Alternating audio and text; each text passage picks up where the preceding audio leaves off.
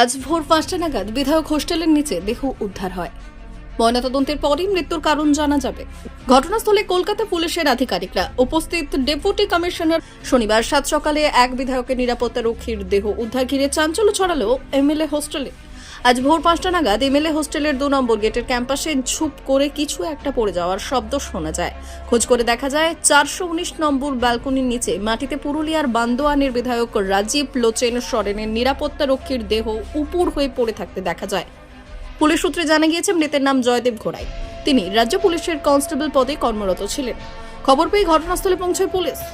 আসনে ফরেনসিক টিমের বিশেষজ্ঞরাও দেহটি আপাতত উদ্ধার করে ময়নাতদন্তের জন্য পাঠানো হয়েছে। কি কারণে মৃত্যু, কিভাবে পড়ে গেলেন ওই নিরাপত্তারক্ষী, নাকি তাকে কেউ ওপর থেকে ঠেলে ফেলে দিয়েছেন, সেই বিষয়গুলো নিয়ে ধোঁয়াশা তৈরি হয়েছে। ইতিমধ্যে ফরেনসিক টিম দুর্ঘটনাস্থল থেকে নমুনা সংগ্রহ করেছে। তদন্তকারীরা জানাচ্ছেন ময়নাতদন্তের পরেই মৃত্যুর কারণ জানা যাবে। ঘটনাস্থলে পৌঁছেছেন ডেপুটি কমিশনার পুলিশ।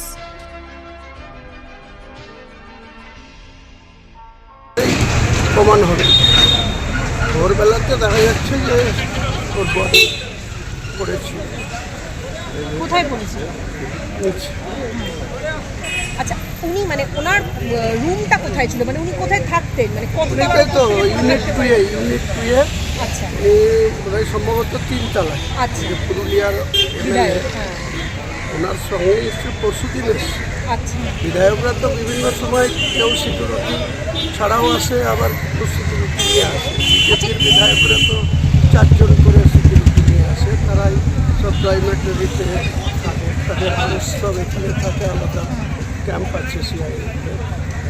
আর আমাদেরগুলো এখানে গেটে আর্মস জমা করে আমাদের সিকিউরিটিরাও এখানে ড্রয়মেটরিতে। বিধায়ক রয়েছেন এখন? বিধায়ককে তো পাচ্ছি না সকাল থেকে দেখতে। উনি ছিলেন কিন্তু কালকে, নিশ্চয়ই থাকতে পারেন। আজকে সকাল কটার সময় দেখা গিয়েছে বা ভোর কালকে রাতে 5টা কোনো থেকে 5টা। আওয়াজ টাওয়াজ পেয়েছিলেন, মানে না, আওয়াজ বা কিছু? আমি তো ইউনিট 1-এ থাকি। আচ্ছা, আমি আমার 1/11 আমার পাশে ডান পাশে থাকেন 1/10 মানুষ ভাইয়া, বা পাশে রবীন্দ্রনাথ ওনার সহকর্মীরা কিছু বলছে, মানে কালকে থেকে কোনো রকম অস্বাভাবিক আচরণ ছিল কিনা? না, কোনো কিছু বলছে।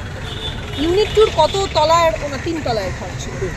কত নম্বর রুম কিছু বলতে পারবেন? রুম তো ওনাদের স্পেসিফিক এখানে সুপার জানতে আচ্ছা, পারবে, কারণ সুপারদের কাছে এগুলো রেকর্ড থাকে। আমাদের যেমন পার্মানেন্ট রুম স্পিকার সাহেব অ্যালট করেছে। আমার 1/11। কিছু কি জানতে চাচ্ছেন যে বারান্দা থেকে পড়ে গিয়েছেন কিনা বা কিভাবে? কিছুই বলা যাবে না। এই বিষয়গুলো সম্পূর্ণ ইনভেস্টিগেশনের ব্যাপার। এখানে লালবাজার থেকে আধিকারিকরা এসেছিলেন, করে নিয়ে দিচ্ছে এর জন্য। পরে নিশ্চয়ই জানতে পারবো। এখানে আমিও বেশি রাত্রে ঘুমিয়েছি।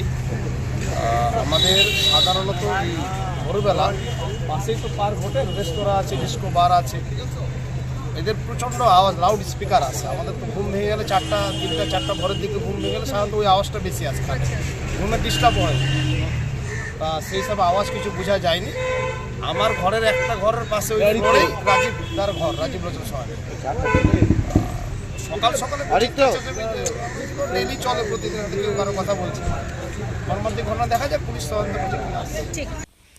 ব্যুরো রিপোর্ট, উত্তরের প্রহরী।